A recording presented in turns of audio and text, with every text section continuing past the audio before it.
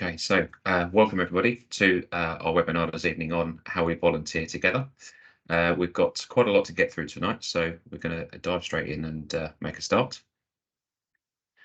So who we have on the call this evening, we've got obviously James Hopkins, that's myself, as the transformation lead for Essex. Chris, would you like to introduce yourself? Yeah, I'm Chris Deere, the volunteer engagement team member for Essex. Thank you. And Tilly? Hi everyone, I'm Tilly Stewart. I've joined the transformation team looking at data and anything technology based. Thank you both. So this evening we're talking around simplifying how we volunteer together. Some of this information you will have seen at Essex Base Camp, but tonight does build on and provide an awful lot more information since then. If you were on the recent new county structure webinar, so if you've got a county role, then lots of the information is very similar. But obviously you're very welcome to join us and ask any further questions you have. In terms of a little bit of housekeeping, the session is being recorded, so we will publish this on the Essex Scouts website afterwards, and there will be a chance for you to ask any questions you have at the end. And we're doing that this evening all through our slides, so you can see the information there on screen now. So you can either scan the QR code on your phones and ask questions that way, or visit ahaslides.com/Essex and submit your questions there as we go through tonight, and we'll do our best to answer all of those at the end of the session. We will also put this information back on screen when we get to that section. So in terms of the purpose and what we're going to run through very quickly, again, hopefully by now everyone is well versed on why we're changing the way we volunteer together. And then we're going to talk about our new volunteering culture statement and what that means for us. And then going into a lot of detail around the changes of role titles, the team-based approach to our structures, what that looks like in groups and districts. And we're also then going to give a quick overview of our new county structure that we're currently in the process of building, followed by the Q&A. So lots to get through. So let's make a start. So why are we doing this? If we can refresh our memories. So we want to make volunteering with Scouts easier and more fun. And the first 12 months is all focused on those changes so that we can attract more volunteers and our current volunteers want to stay. And that's all with a view to achieving our North Star, which is more young people gaining skills for life. So if we've got more volunteers and it's easy to volunteer with us, then hopefully we can be working towards that. So if we just row back a little bit and look at where this all started. So back at Summit 17, which was a national event, there was over 1,000 volunteers that came together to build the current Skills for Life strategy that we're working towards. And as a result of that and the work that was done at that event, there was a whole series of research undertaken internally and externally, independent and otherwise, looking at current volunteers, past volunteers and the general public as well. And from that, there was a lot of learning that's helped devise the programme that we're delivering this year. So we learned that from that research that we have too many roles and they often come across fixed, or we have a small number of roles that are overburdened and stressed without the ability to share out that workload. It's also not particularly clear for new volunteers coming into the movement around the expectations of their role, which can put them off joining even before looking at it, when they've seen those really long 3 to 5 page role descriptions. And our systems are not fit for purpose. They're not modern, 21st century stuff. They're not slick. They're not easy to use. There's still a lot of admin and extra time that has to be put in to make them work. So there was a lot of reasons there why volunteering with Scouts generally across the UK was more difficult than it needs to be, and some barriers that we could work on to remove. Alongside lots of other learnings, such as only 30% of volunteers want to volunteer regularly. So how can we make that offer be perceived to be more flexible, albeit we've talked about flexible volunteering for a long time. It's still around how we tackle those perceptions to stop people even bothering to inquire with us in the first place. So to quickly cover what is changing in 2023, and we've covered webinars on this before. We've got others coming up that will go into these topics in a lot more detail. But for this year, we're looking at moving to our team-based approach. So that's one of the things we're talking about tonight in terms of simplifying that and looking at how that will work.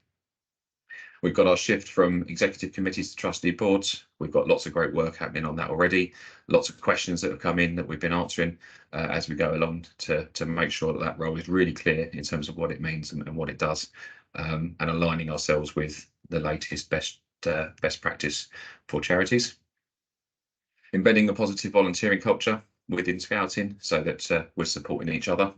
We know that in certain circumstances that isn't the case, so it's about how do we do that and have a joint approach to our positive culture, and then supporting that with the preparation for our new membership system. So, for example, the big compass cleanse that we are already starting to do. There was a webinar on that in the middle of April in terms of what every volunteer needs to do. So please have a look at that if you haven't already.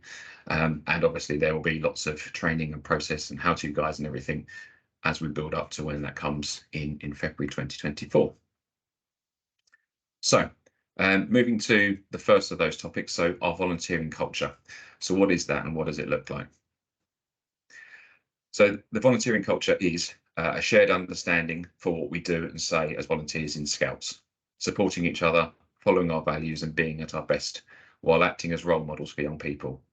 And we're going to talk a little bit more about that in a moment, but first we have a short clip, a short video to explain a little bit more about what that means.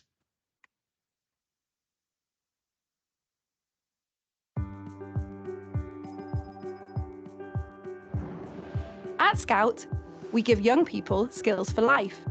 And that only happens because of volunteers like you.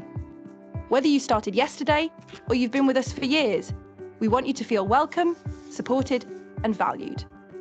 We'd also love it if you gained some new skills and had some fun too. We value everything you do. That's why it's so important that together we create a strong, positive culture that allows volunteers like you to be at your best. So what does a positive volunteering culture look like? For us, it means really living up to our values. It's about each and every one of us thinking about our words and actions, how they fit with our values, and how they affect others. A positive culture starts and ends with each one of us. Our volunteering culture should encourage new people to join us and make those who are already here want to stay. But for any of this to happen, we need to be clear about what you can expect from Scouts and what's expected from you in return. Our volunteering culture describes how we should behave and gives a shared understanding of what it means to volunteer at Scouts. This builds on the good work you, as volunteers, are already doing. Our volunteering culture means we support and respect each other, live our values, and be role models for young people. It's about taking on the responsibility to create a safe and rewarding experience for a movement we truly believe in, and making Scouts a great place to volunteer. We're proud of our diversity, but for all our differences, as Scouts we share our unique values and culture. That's our greatest strength. The way we act together helps us to achieve our goals. It's all about great volunteers like you. You give the encouragement young people need to step up, speak up, and dream big. Thank you for everything you do.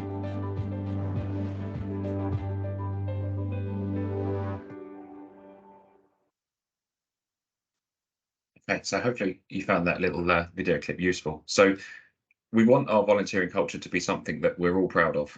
And as volunteers in Scouts, we're proud to help young people step up, speak up, dream big, and gain the skills they need for life. By working together and living our values of integrity, respect, care, belief, and cooperation, our aim is to have a positive, safe, and rewarding experience as volunteers for a movement we truly believe in. And it's not something extra that we do, but it's at the heart of everything we do, and we should be thinking about our culture and how we behave in those roles, because it's there to help us all and to give us that clear guide and remind us of our goal. So more skills for life for young people. Now, that's not to say that that isn't happening lots at the moment, because it is. There's loads of these great model behaviours being modelled by our current volunteers. But it's important to remember that that isn't always the case. And for anyone who did come to Essex Base Camp, we shared the stat that came from the research, which is that the primary reason, the main reason that adult volunteers in Scouting leave the movement is because of how they're treated by other adult volunteers. So there's clearly some work to be done there in terms of our culture, because that wouldn't be the main reason otherwise. So it's important that when there are issues around us, that we do address them, we nip them in the bud at the earliest possible opportunity, even if it would be easy to ignore that issue and maybe sweep it under the carpet or not deal with the conflict. But actually to tackle it positively, head on, have a proactive and constructive conversation so that we can then move on and carry on doing the great stuff that we all want to do. So I'm now going to hand to Chris, who's going to talk a little bit through the changes to our role titles. Thank you, James. I'm going to start off with an apology because my voice keeps going. Some of you might think that's a great thing, but just in case it does, I've got loads of water, so I will keep drinking. But what we wanted to do was take a few moments here to look at our changing role titles before we get into details of team-based volunteering and our new structures. And this can be quite an emotive issue for some people. But looking at this further ahead, the changing in role titles is being made as part of the whole transformation of culture, and culture is the thing that we're really is coming through all of this. And role titles are part of our culture, but it's also about perception of who we are and what we do. And many of these are going to be changing, are in the process of changing. I want to put it into context. This is not a discussion about whether we do or whether we don't change role titles.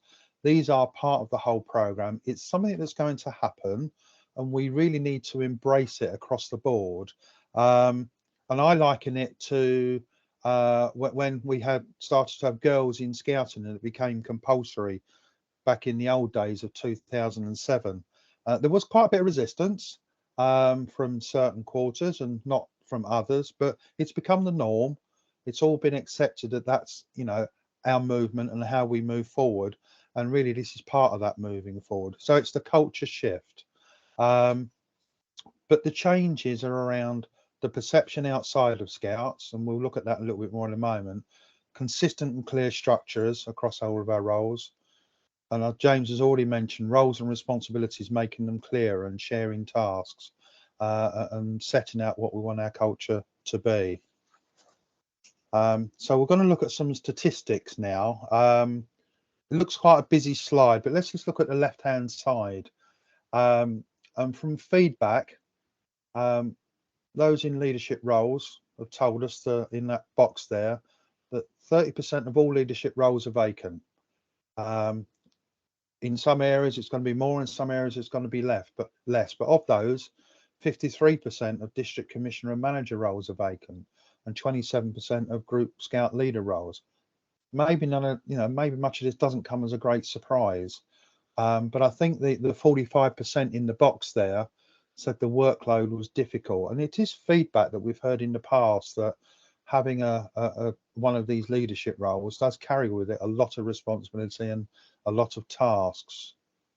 And the external research also told us that the term of commissioner is used in a very different context outside of Scouts. And I think in reality, if we think about it, it certainly comes from the days of Baden-Powell. It's associated with maybe military roles, perception around colonialism and all of that type of thing. But it is a very old-fashioned title. And, you know, 43% of people said that lead volunteer meant more, and that's something we see in other voluntary organisations. But it is important we've got this consistent and clear structure across all of our leadership roles, and they are, as those stats will show, some of the hardest to recruit for, because of the way we present them, perhaps because of the way we almost automatically say there's all these roles and responsibilities. So we're making some changes. So the changes we're going to be making is the introduction of lead volunteers. So as it says there, commissioner and group scout leader titles will change across the whole of scouting. GSLs, district, county, area and regional commissioners, they'll all become lead volunteers. So district lead volunteer, group lead volunteer, and Bob will be our county lead volunteer, and our youth commissioners will be called our youth leads. And then this all kind of really makes much more sense when we think about it in the whole context and moving forward. So 400 role titles, that's quite a fantastic number across the scouting structure. And I don't think any of us can really fully understand what all of those roles are. But a lot of us do use the roles of commissioner and all sorts of things, which doesn't really resonate with many people. So as part of the transformation program, we're really simplifying our role structures and role titles. So alongside lead volunteers, we're now introducing team leader and team member. And they're going to replace many of the roles that we know of at the current time. As it says there, section assistant, assistant section leader, deputy and assistant roles. So this is at group level, this is at district level, this is at county level. So what does that mean in more detail about changing our roles? The intention is that this is going to help us to recruit new volunteers and make things much clearer and more flexible. I think it's worth saying at this stage, if anybody thinks that the transformation program is suddenly going to generate more volunteers on day one, the reality is it isn't. So this is a building block to move things forward, to enable us to have those conversations much more clearly with people, making things clearer, sharing tasks out and support this recruitment. As I say, it's not in itself is it going to recruit loads of volunteers, but it's going to help us along that journey. And it's about how we all organise ourselves. And many people have said to me, well, oh, we seem to have lost some of the roles, like, you know, if I'm called Skip or Owl or Badger, well, that's fine. You'll still be called that in your local section, in your beaver colony, your cub pack, etc. And that's what many children will know you as. And why would we want to change that? Because that's something that we don't want to change, because it is an identity in itself. So roles within the new team descriptions. So in order to reduce this complex system of 400 volunteer roles going forward, we're going to simplify it. So most roles that you will see will appear on the left-hand side of this very small table. But actually, a lot of it is not around roles per se. It's around team descriptions and tasks, and they're the sorts of things we need to bear in mind. And we'll come on to that in a little bit later in the presentation. So on the left-hand side, I've already mentioned team member, team leader, lead volunteer. Those of you that were on a webinar about trustees will know that executive members are all becoming trustees. There will be a treasurer, there will be a chair, and at district level there will be a youth lead. And on the right hand side are some of the optional roles that will still remain.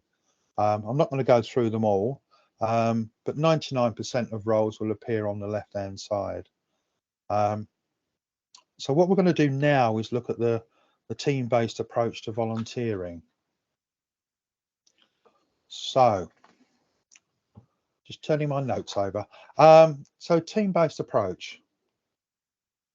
We've already mentioned that most of what we do seems to be very much based around the role and people holding multiple roles within an area.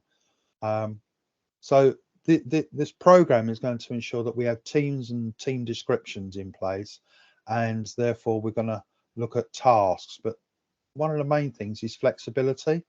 We've done a lot of work on this in I'll say recent years, but for quite some time.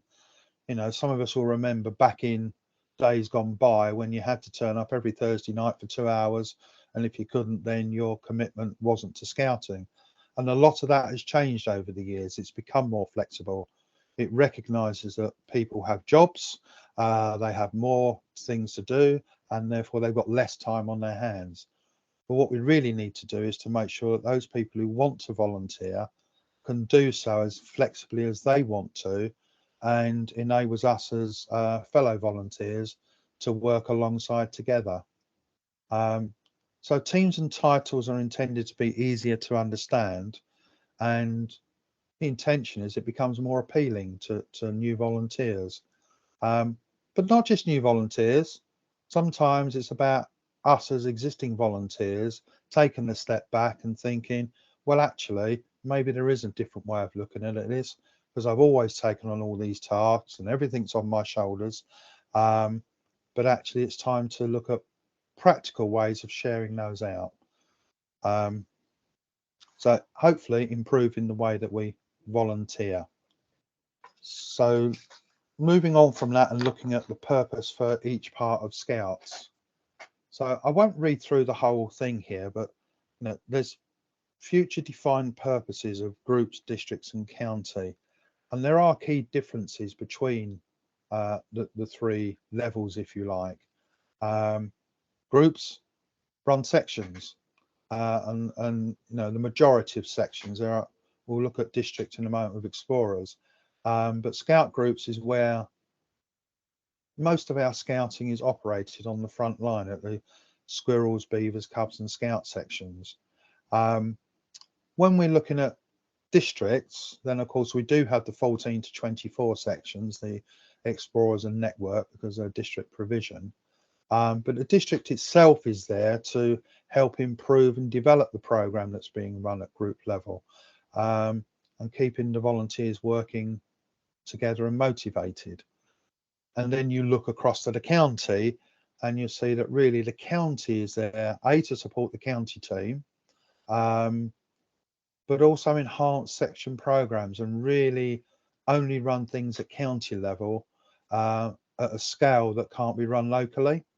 Because that's where counties' resources, not just Essex, but all counties' resources, should be best targeted. And it helps to remove some of the duplication that perhaps currently exists, where sometimes we'll have similar things happening at a district level as we do at county level in terms of activities and events. So we want to try and remove some of that duplication.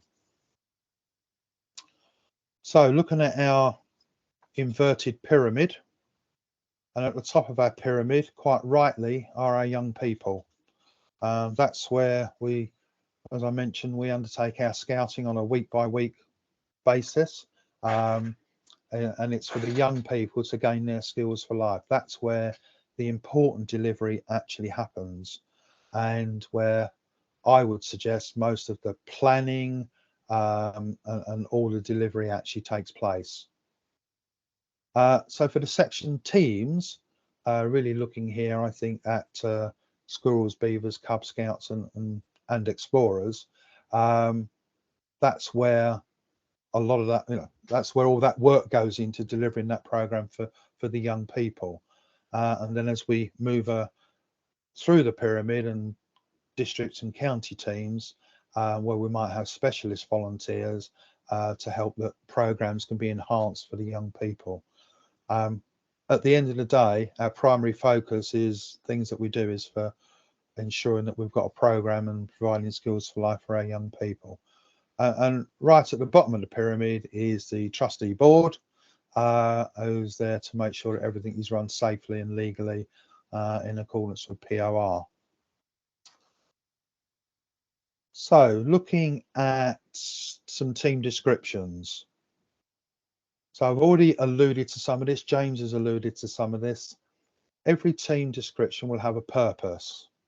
Some of those purposes might seem quite obvious, but it's quite important to set out, well, what is the purpose of this team?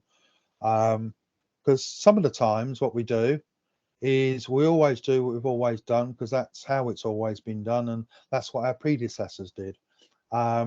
And if we can take a step back and go, well, really, what is the purpose of this specific team? And who's in the team? What are they called? Well, most people in the team these days will be called a team member. What are the tasks that need to be done by the whole team? And we're going to look at a template in a moment, which will put this into context. And what are the allocated tasks that can be shared out? Some of you will remember some of the earlier presentations that we did where we talked about, you know, the section leader who has the whole world on their shoulder and has to do everything. Sometimes that's because they're not comfortable delegating, or because they're not actually comfortable in talking to other people about tasks that need to be done. This is a fantastic opportunity once we start to roll this out at group level, mainly I would suggest, where people can take that step back, take a breather, and have a look at all the things that they do. And as I say, we'll put this into context by looking at this next table. So a very simple task table. Along the top there, you'll see the various people who are in this team, and then you've got the things that we call the tasks for the whole team. Now that will also include things like safety, safeguarding, equality, diversity, and inclusion, because really that's everybody's responsibility to make sure that we have all those things in place. But there may be other things within a specific team that it is deemed amongst the team members and the team leaders that that's what everybody has to do. And then if people can take that step back and they start to look at all the tasks that have to be done, and if I think about, you know, a beaver team, a cub team, or a scout team, you know, there's lots of things that need to be done in terms of administration, program planning, health and safety, all those sorts of things, collecting subs, putting things on OSM. Doesn't all have to fall to that person in that first column. If we start to look at them and we share those tasks out, then it becomes more bite-sized chunks, and also enables us to look at people who say, I can give you 2 hours a month. Okay, there's a task that we need doing. That person could do that task because we need it done monthly. And it starts to break it down, and it starts maybe us all to take a little breath and think, right, so actually being the section leader for beavers isn't quite as hard as I thought it was, because I can share things out. So now looking at team leaders. So every team will have at least one team leader. I say at least one team leader. Some teams might need more than one team leader to share the tasks out. And at county level, and it mentions there Dan and Emma, they head up the program team at county level, and that is a shared role because it, you know, at the outset it was decided there's quite a lot that program does, and it's a lot for one person. So have two team leaders who can share those tasks.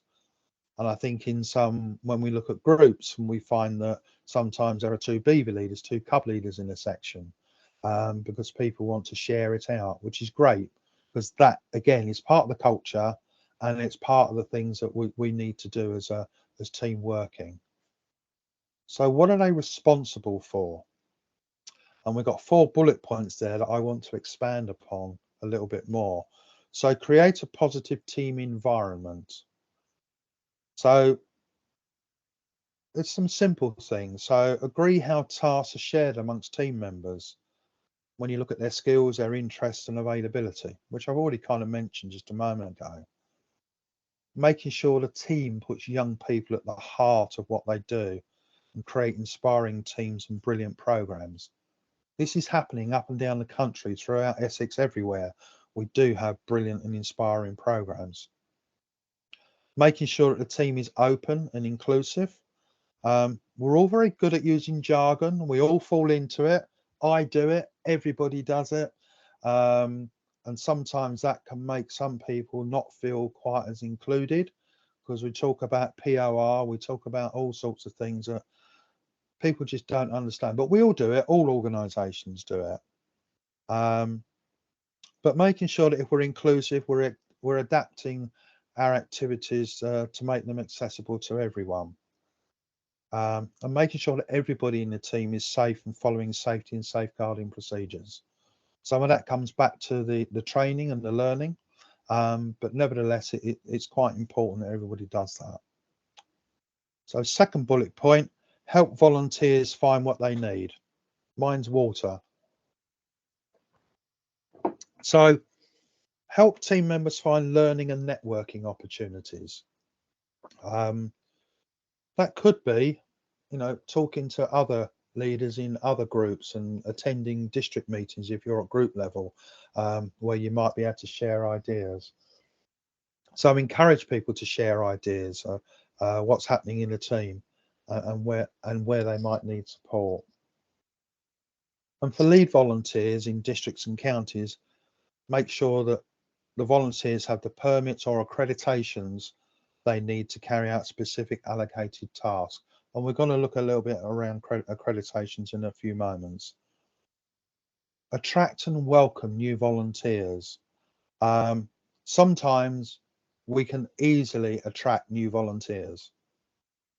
It's keeping them, and it's making sure that we have the right things in place, which is across all of these tasks, about welcoming, about making sure people know where things are, what to do, where they can get help.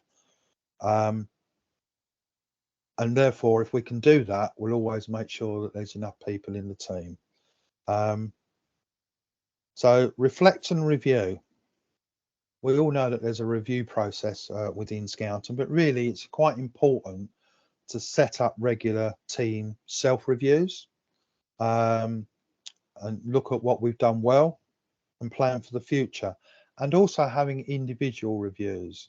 Again, we can be quite we can presume sometimes that everything is going well, that people are happy, and therefore there's no need to have that informal conversation.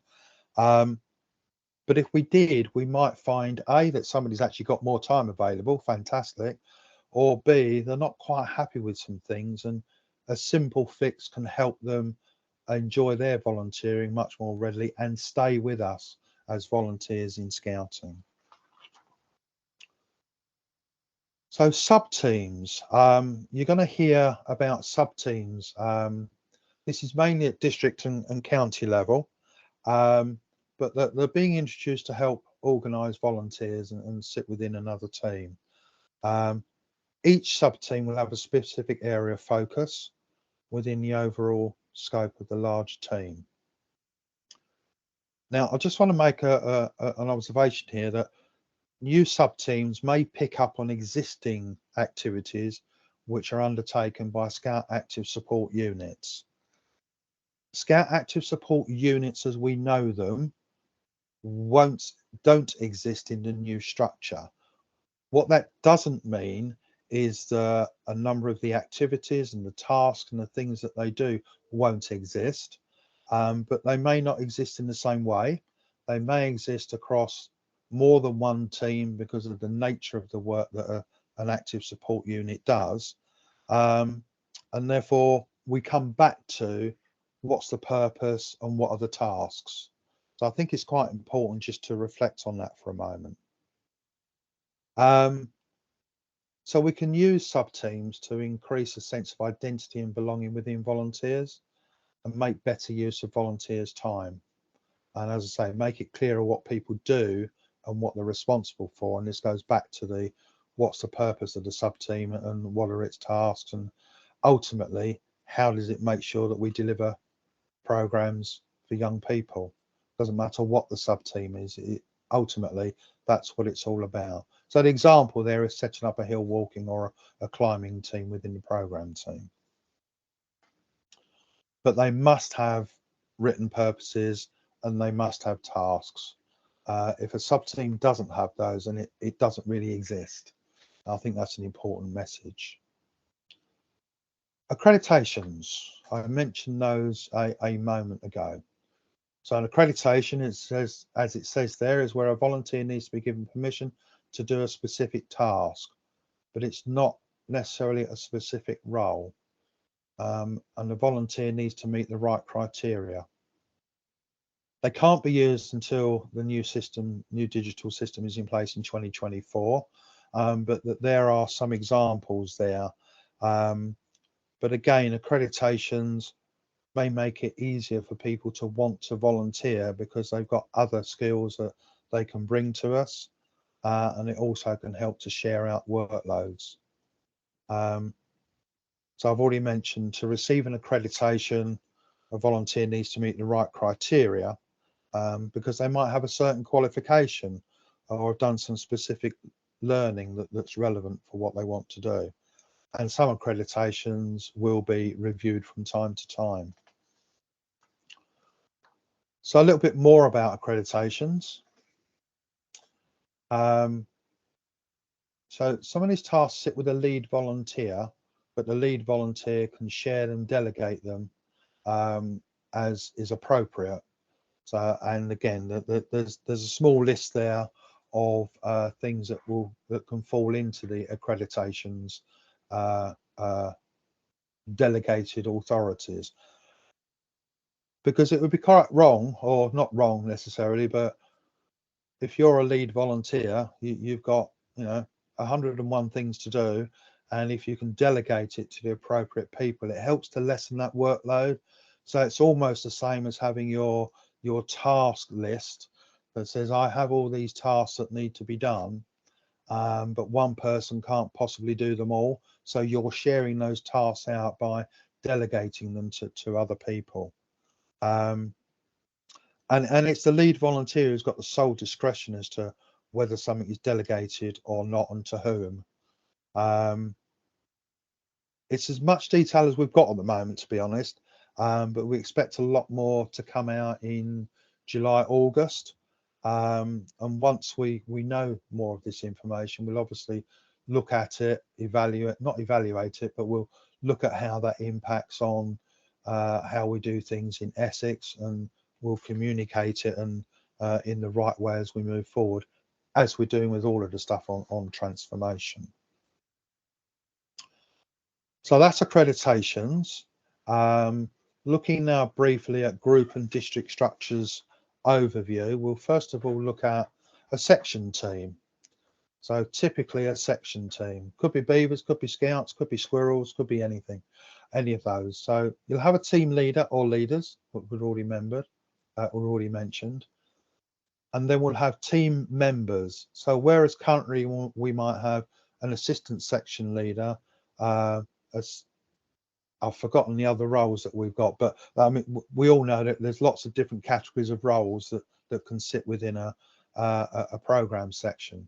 So in order to simplify that, we've already mentioned there will be team members with allocated tasks, etc. And also within that section team will be young leaders as part of explorers. Their titles don't change, although some of you will be aware that we have a 14 to 24 review underway at the moment, and certain things may change in the future. We don't know, but when we look a little bit more at a district, then you'll see how that's set up when we get there. So looking a little bit more at the group, so we've got our sections, so they're there to plan and deliver the program, make sure our admin is done correctly, and communication, and look after where it's delegated or whichever way section finances. The group leadership team, we'll look a little bit more about the group leadership team in a moment, but the group lead volunteer is there to help make sure that the sections run well, that we're recruiting new volunteers, we're welcoming new volunteers, engaging with the community, etc.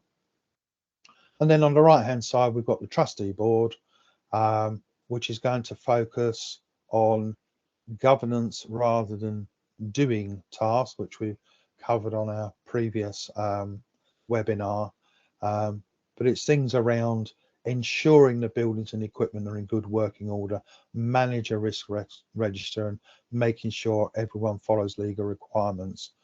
Because if we then flip to the left hand side with the group leadership team, at the bottom there it says supporting effective processes, e.g. admin, finance, equipment. So certain things which a trustee board may have directly done will move across to the group leadership team, and that's consistent when we start to look at districts and counties as well. So a lovely complicated chart is coming up now. Looks better on your screens than when you're in a room and you're several feet away, I have to say. So just to put that into some clarity there, your group leadership team, squirrels, beavers, cubs and scouts, with team members, a team leader or leaders, and team members and young leaders forming part of that team. So your group leadership team is your group lead volunteer, or GSL as you know it today.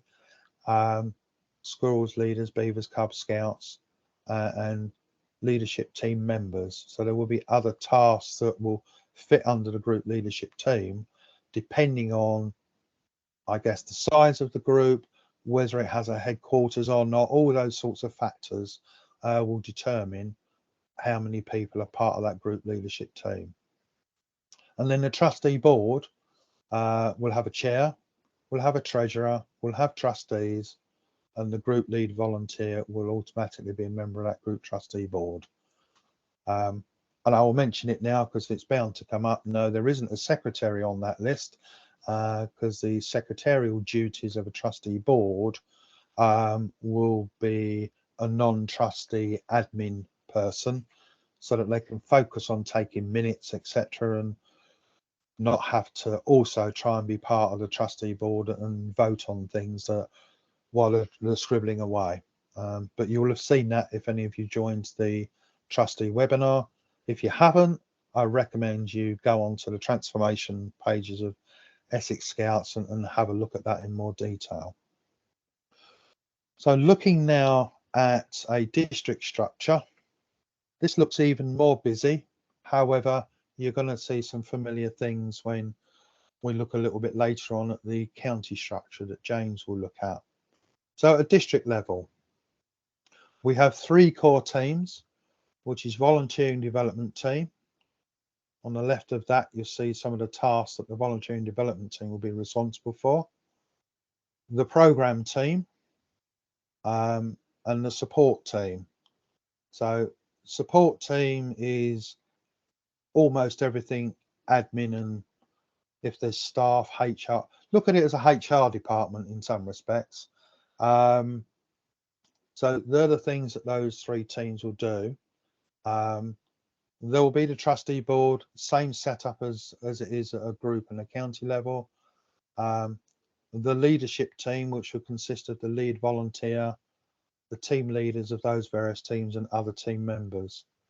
And then we have the 14 to 24 team, which I've already mentioned, alluded to. So our young leaders, explorers, and network, because they are all district provision. And as I've mentioned, there is a review underway. We don't expect that to report for quite some time as to what or if any changes are likely to be made. So at the current time, you could argue that the 14 to 24 is part of program, but it's deliberately being left out of that structure until we know more, as things become clear on that. But that's not just us in Essex or your local district, that's across the UK. And of course, groups form part of the district structure, because without groups, there's no point having the rest of it, really. So they're part of that team. So looking at another nice diagram, looks quite familiar. Right hand side, district trustee board, same as before. District leadership team that I've already mentioned, and they are the, if you like, the component parts of that leadership team. And then, as I mentioned, you've got program, volunteer development support, and 14 to 24 team. Those roles, as I've mentioned before, could be 1 person leading it, could be 2 people leading it. Depends on the district, depends on the size, depends on what the team agree needs to be done as to whether 1 person can do support team or whether it needs more than 1 person. So looking at one that's a little bit more detailed. So there's lots in there, but I just want to focus on the ones that are bordered in red, because in some places, and we have it with some district campsites, there are teams which work across various districts. And going forward, and some districts might be doing this already, there's no reason why you can't have teams working on certain things which would make sense to share with another district. I think I would give you the example of, say, Southend. If you were doing a recruitment drive on the volunteering development team, for instance, for Southend West, why would you want to do that in isolation from the other Southend district? Because you're really tapping into the same people. Therefore, it makes sense to do it together. Colchester's could be the same, but it could be any district. It's only those because I know we've got 2 Colchesters and 2 Southends. So I've just used those as an example.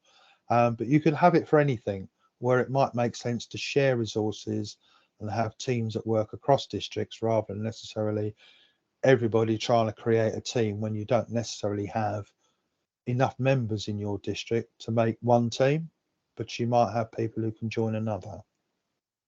So that's a kind of an overview of the group and district structures. I just really want to finish off by saying, please look at this whole thing in the whole. So the whole transformation program is a whole process, not just the bits and pieces. It is bigger than its parts. And the intention in the future is that all of this will help us with more foundations.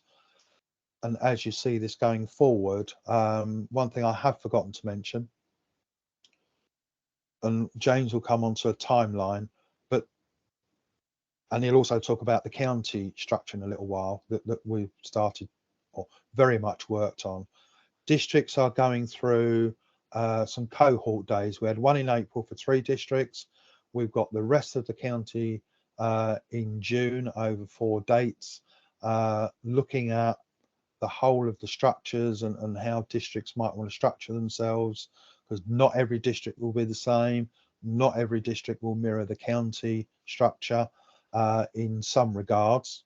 So therefore, it gives that districts the opportunity to step back and think about that. So you're going to hear more about it from your district lead volunteer over the coming months. Over to James. Thank you, Chris.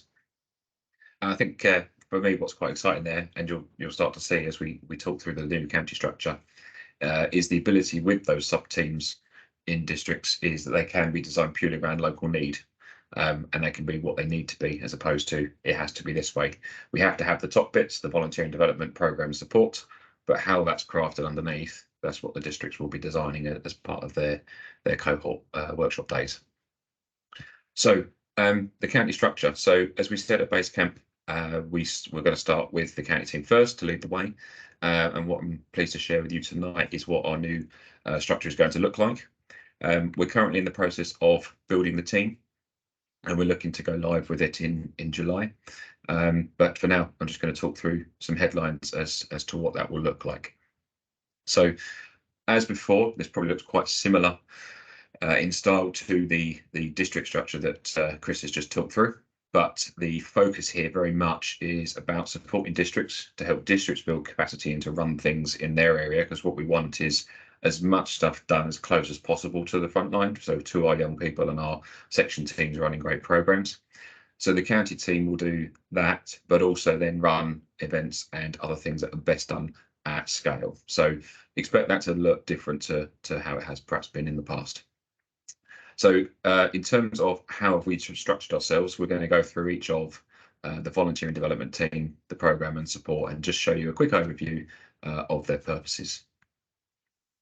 So in terms of the volunteering development team, their purpose is to make sure all volunteers in our county teams have a fantastic volunteering experience.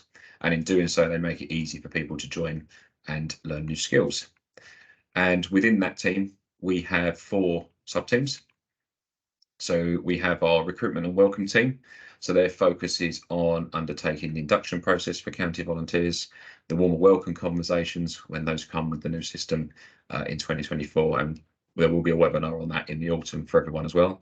And any recruitment activities for county teams, and ensuring that our volunteering culture is embedded across all of our teams. We've then got a recognition team, so they'll focus on showing appreciation for all the great stuff that our volunteers do, both formally and informally. And then we've got a training to learning team. So as the training system moves across to the learning approach, that is happening over a period of time, over a couple of years. And there are some significant changes in there. So that is our current county team as it stands today, lifted and shifted into that team. That's the only one that's like that, just because the change is happening over such a sustained period of time. But they'll help with making sure that our county volunteers are getting all the learning opportunities that they need. And then we've got a dedicated first aid team. So as part of this change, first aid will continue to be delivered by the county team for everyone. So courses will be put on for people to access them right across the movement, groups, districts and counties. The county, I should say. So then moving into the programme team. So as we've alluded to here before, the county programme team supports programmes with activities or events that are best done at county scale only and asked for by district teams. So it's that inverted pyramid of things coming from the bottom up, not top down. They'll also help volunteers with assessments for adventurous activity permits. And we do have a lot of teams here in the programme team. So there's a couple of slides. So starting off with these four. So we've got an international events team. So they'll look at organising and delivering those events where they're best done at county scale and focusing on achievement of our top awards, for whichever section they may be. We then have a 4 to 13 programme support team. So their role is to work with district programme team leaders and to help them focus on working with them for them to work with groups to earn top awards for our young people and hit the goals we have in the Skills for Life strategy and the county development plan, and working with them as well to build capacity and find out where there are things that can't be done at group or district level and actually might be better for the county team to deliver right across those age ranges. So there's not a sectional split any longer like there is today. And then on the right hand side, we've got two other teams here, archery and the water team. So their purposes are the same, obviously tweaked to the particular specialism. So they'll be looking at how to deliver specialist events in their field alongside our events team, which we'll come on to in a moment, and also working with our learning team to provide anything that's needed for learners to work towards the relevant permits or assessments they need or want to do. So the archery team is one that we already have today. The water team is something new that we're building, and it's looking quite exciting with the number of people that are interested in that. Then we have 4 other teams within programme at county level. So we have an events team. So they will look at delivering those events that we do, best done at scale, and focusing on either top awards, recognition or learning. So that team will be dedicated to make sure that our events are consistent in terms of how they're marketed, in terms of how booking systems we use, health and safety, those kinds of things. So there's a consistent experience regardless of whether it's a squirrels event, a joint event or a network, whatever it might be. So that's a really important thing for us. And they'll be looking at everything we've done in the past, seeing what we might do in the future, and obviously talking to district teams on their needs to support there.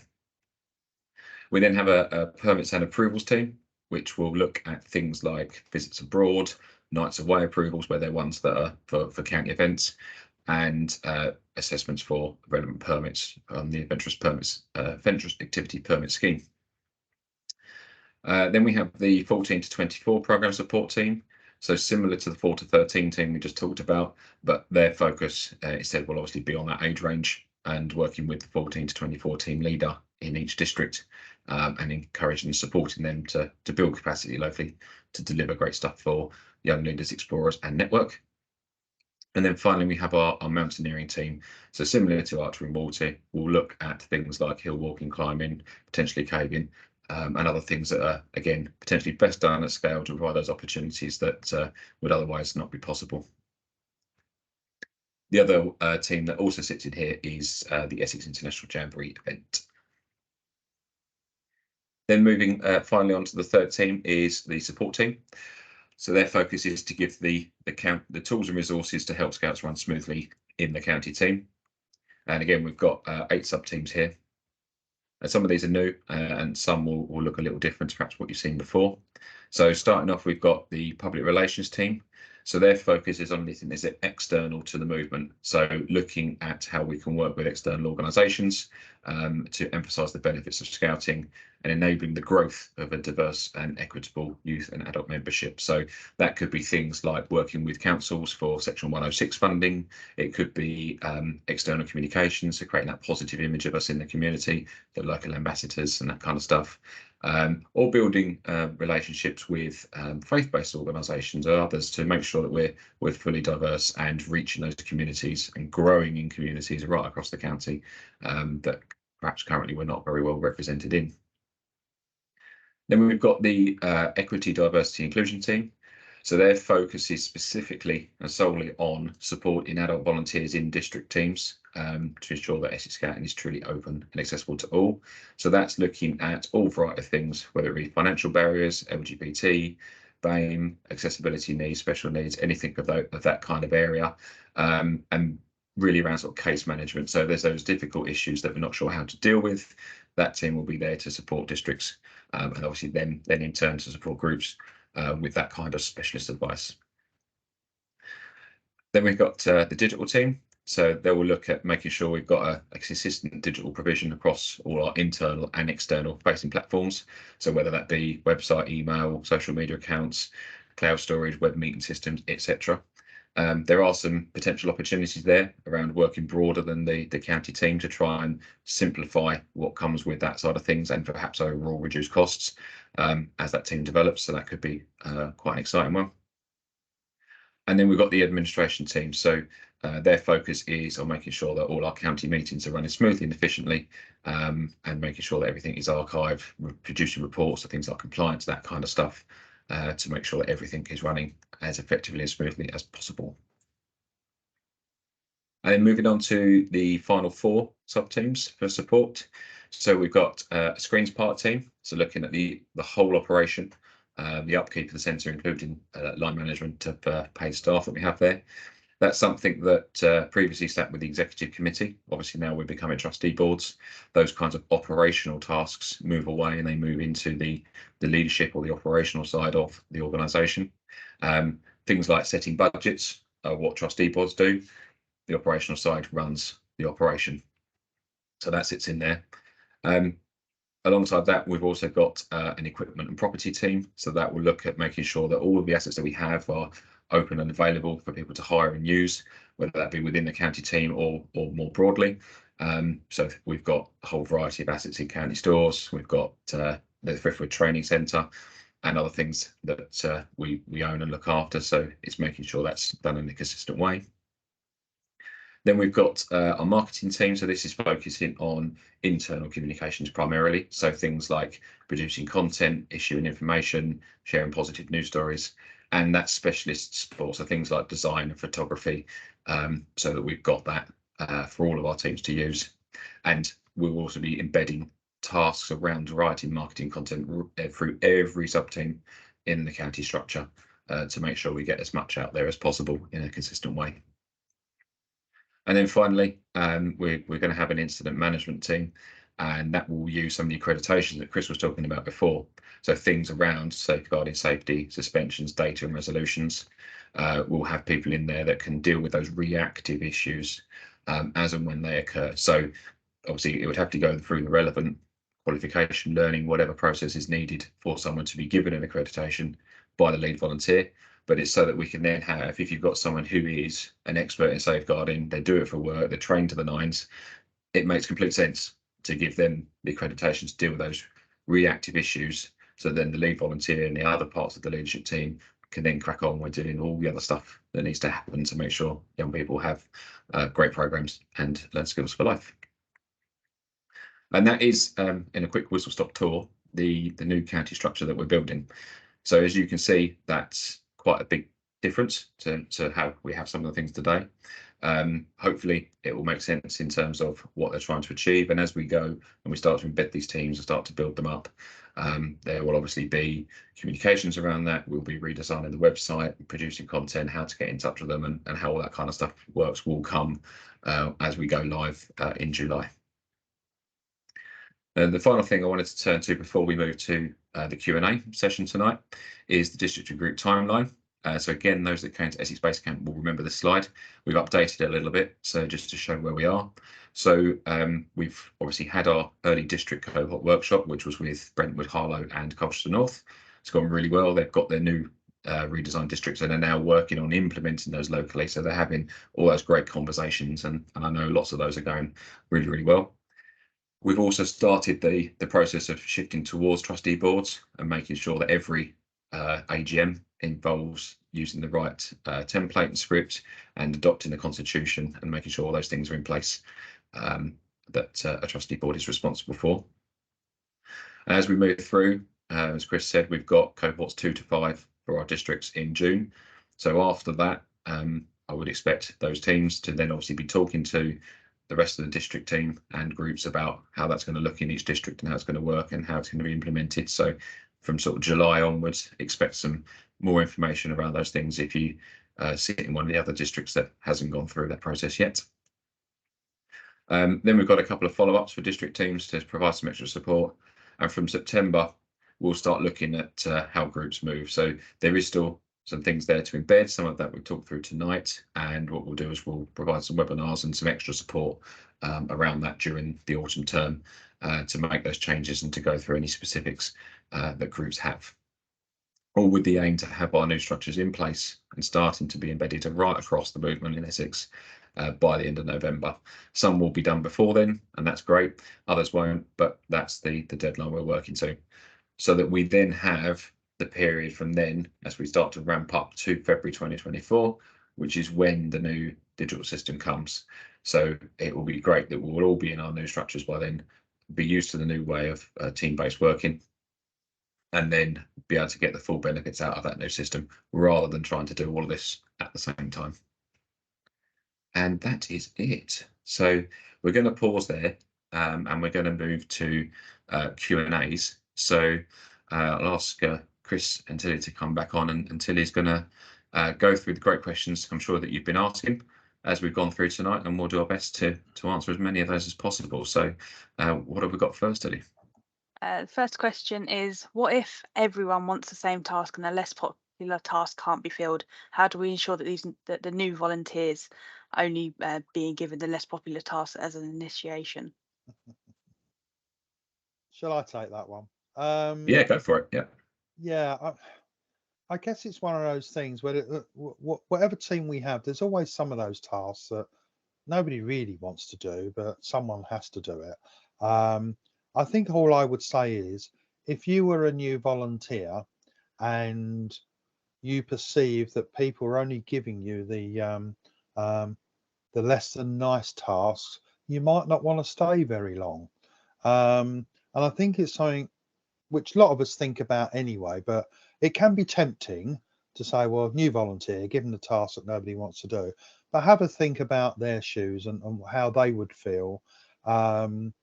And as we want to embed a team culture, we all need to be open and honest about what needs to be done. And there are occasions where there is the unpopular task that, you know, someone picks up, but you don't want to give them that all the time, because it's not going to be fair. And I'm sure we'd all recognize that. We wouldn't want it done to us, so we really shouldn't be doing it to someone else. Be nice. Thanks, Chris. The next one I've got is, the titles are too vague and can give the wrong impression to volunteers. An example given here is that my cousin is a team leader and organises trips out. In our team, we are looking for someone to run meetings every week. So obviously the titles wouldn't be, you know, we're trying to recruit, they wouldn't be just out there on their own.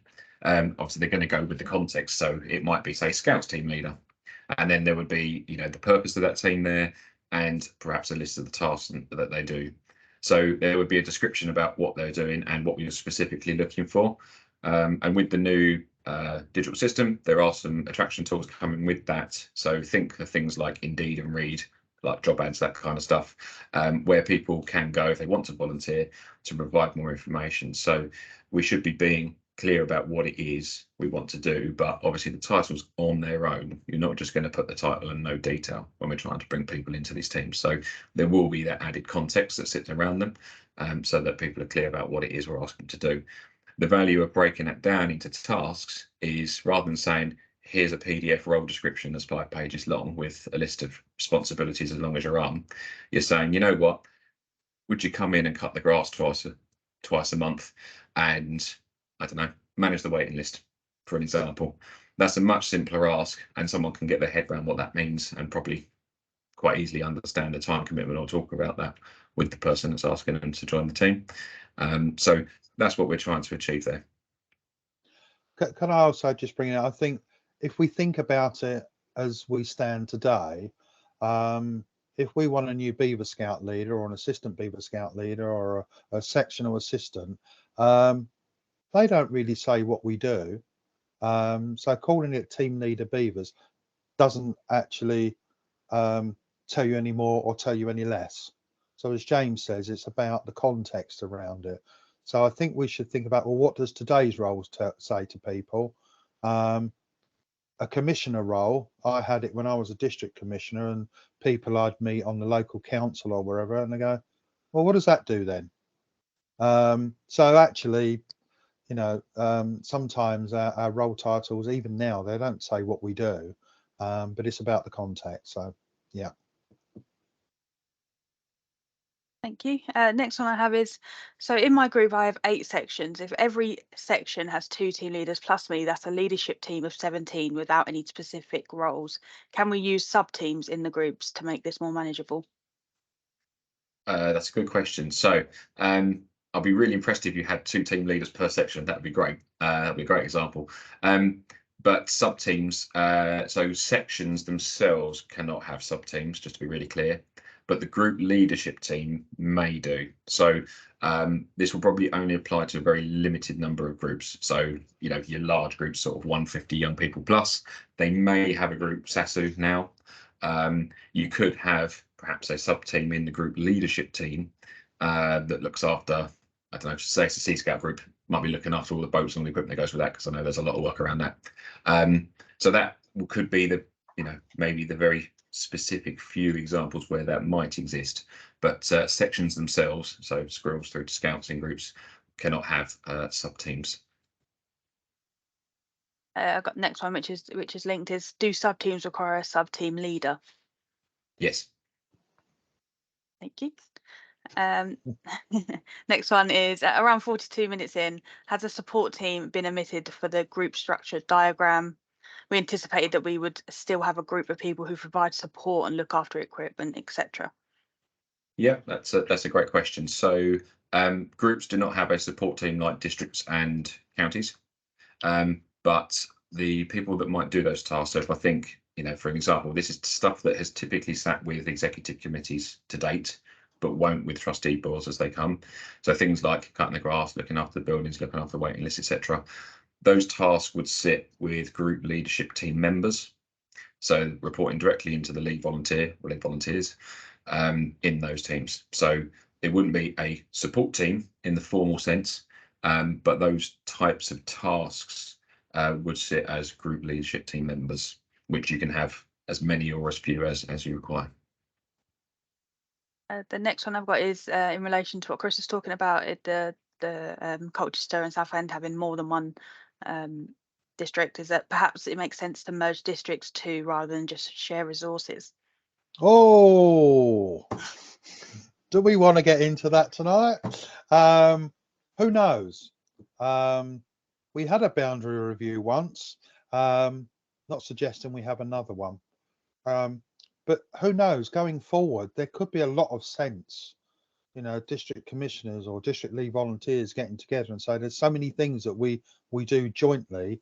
Why are we 2 separate districts? There is nothing that says you can't have those conversations. There is nothing that says you can't talk to the county lead volunteer and say, do you know what?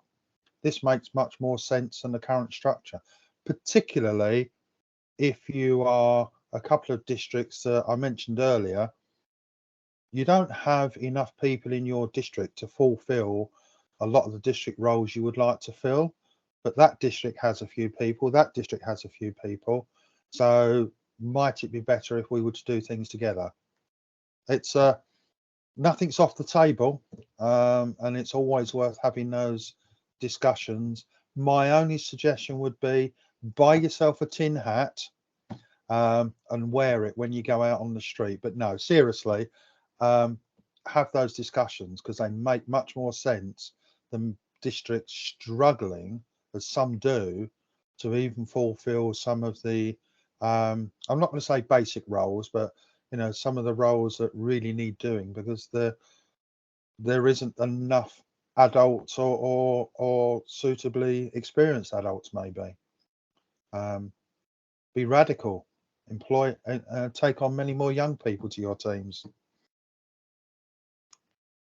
Thanks, Chris. Next one I got is, how do we prevent roles and tasks being duplicated if more than one person wants a particular role across the district? Obviously, some roles and tasks are more popular. So I'll pick that one up. That one will come out in the discussions when we're redesigning the districts. So as part of that process on the district cohort workshop days, you will also be looking about how you're going to implement that locally, so we can start to have those, more detailed conversations on those days.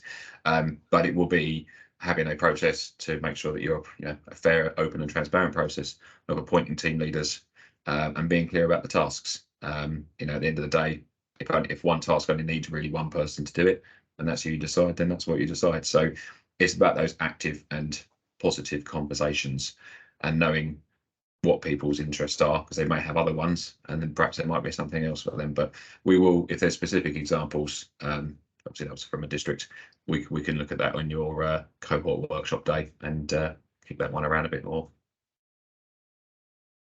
Brilliant. Next one I've got is, can you please clarify, will there be an equivalent role to the DGSL, like a deputy group team lead, or a DDC, like a deputy district team lead? In some districts and large groups, the deputy roles are important. Yep, so we can clarify that. Deputy roles do not exist in the future. So same as we said with SASUs, though, the things that they do are still needed and are still great. So it's not a reflection on that. For groups, if you've got deputy group scout leaders now, for example, they'll most likely become a group leadership team member with a set of specific tasks that they will do, or potentially they might share the lead volunteer role. That's a discussion to have.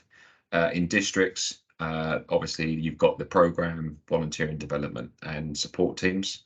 It's most likely, I'd imagine, that as you go through that process, there will be discussions about those people potentially taking on those roles.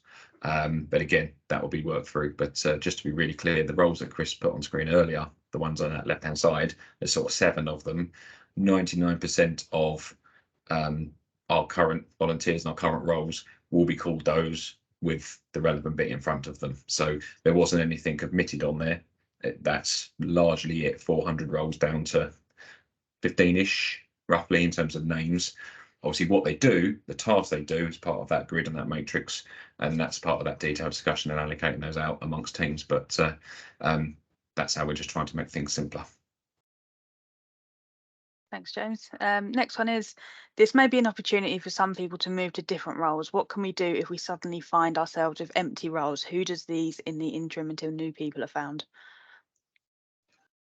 I'll pick that one up, James. I think it's no different to where you are now. I think that if we look at transformation in its most positive way, which hopefully most people are, or everybody is for that matter, it does provide that opportunity to take that one step back for a moment and reflect on what we do, reflect on the roles that we've done. And sometimes many of us will have done roles for years because we think we ought to, because there's nobody else that could do it. But actually, deep down, maybe there are some people saying, do you know what? I'd like an opportunity of doing something different. I'd like the opportunity of saying, do you know what? I don't really want to do that anymore. That's quite healthy. It can be a challenge, particularly if that's a person that you rely on to do those tasks and those things that they've always done. But on the other hand, if that person becomes more refreshed because they're doing something new, that's a good thing. And it maybe opens up an opportunity for somebody else. Because I bet there's lots of people out there who think, I wouldn't mind doing that role, but Fred Bloggs has done it for the last 15 years. I don't want to upset the apple cart. I don't really want to put my name forward because that would look as though I'm trying to get their job. So there are opportunities around it. I'm under no illusions that it can cause some gaps and maybe temporary hiccups in what we want to do at district or group level. County can look after itself, but district and group level. But try and look at it in a positive way, that there are opportunities and everybody needs to feel comfortable in what they do for volunteering and not look at it as a chore, which can happen. And just to add to that, so a couple of examples, we've got a county. So far where we're going through implementing our new structures, everyone's had the opportunity to choose which team or teams they'd like to be a part of in the future. We can already see examples where people do something today and they're looking to do something completely different in the future just by offering that chance. So there's sort of evidence there to show that it does actually happen and prove. The other thing would be if you have some gaps. So again, at county level, we have Jan, who's covering the volunteer and development team leader role on an interim basis until we permanently appoint. So again, there's that kind of conversation you could have. You don't necessarily have to have someone permanently in post, but you could put someone in on an interim basis, which is a different kind of ask and offer to someone than can you do this, on a permanent ongoing basis. Thank you both. I've got 4 questions left, so conscious of the time as well. Next one is, you mentioned a template and a script for the AGM. Are these available for download yet? So the county one's out there. The district one went out to district chairs and DCs a few days ago. The group one we're hoping to share imminently. We've seen a copy. We had a few questions on it, which we've fed back to headquarters. But as soon as that's there, we'll send it out. From what we've seen, they are really, really good. It literally writes word for word what you need to say, and you fill in the names and the boxes. So it does provide a much easier and more friendly template. And next one is, we have 6 section leaders in our Beavers team. It would be really offensive to not make them all team leaders. I guess that's ultimately. Go on, Bruce, you guys have them. Oh, I think it's just one of those things you have to look at locally, and there's no hard and fast rules about it. It's not an easy discussion to have, I'm sure. I've never actually had the luxury of having that position, but I do know in some sections that rather than some being leader, some being assistant leader, and some being sectional assistant, everybody was made a leader. Is it offensive? It's a discussion. It's a discussion that you have with the whole team, and you say, do you know what? Look, the way it stacks up is that 1 or 2 people should be the designated leader, and the other 4 should be team members. Because the one thing that some people have said to me ever since base camp is, aren't we creating a position where people are being demoted? And my answer is that there is no promotion and demotion in scouting, because we all do different roles from time to time. And sometimes I've been district commissioner, sometimes I've been group scout leader. I'm currently a sectional assistant in Beavers. I don't see any role as a promotion, demotion. Personally, I see it as I do something different. My volunteering today is different to what it was 5 years ago. I'm still in scouting, but it is a conversation to have. Coming back to that specific example, is sitting down with those 6 individuals and probably find that they'll go, okay, well, let's do it this way then. Because it's the tasks that sit underneath those roles that's actually very important.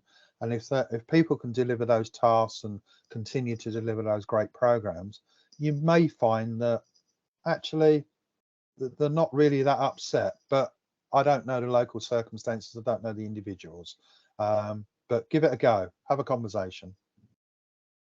Thanks, Chris. Last 2 is the training / learning requirements for section assistants and ASLs are different. If they are all to be called team members, how would learning differ? That's a great question, and I'm going to answer it with an equivocation. We have a training to learning webinar in June. I think it's on the 21st of June. Please do come along to it, because we will be going into a huge amount more detail around what that's looking like in the future.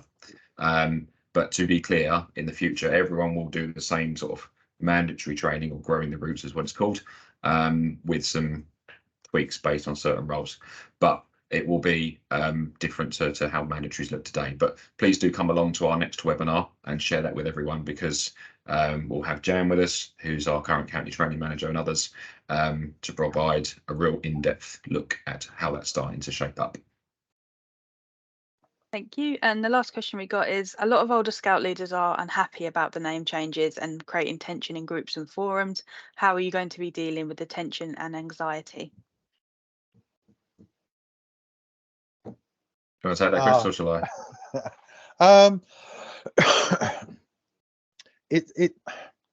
I think a lot of this depends on how the communication works. And I know initially, and I had it at base camp, people were kind of quite vociferous about names and role titles, and go back to this promotion, demotion, and all those kinds of things. What we're trying to reflect, or what the transformation program is trying to reflect across the whole of the country, is a better understanding when we're looking at recruiting new volunteers. That is not to say us as all existing volunteers need to be ignored, because we don't. But you know, we do need to continue to recruit new volunteers, and if we can simplify what the roles are called. Once I started looking at the transformation program, it was amazing how many other organisations that suddenly I looked at, and they have lead volunteers and they have team members.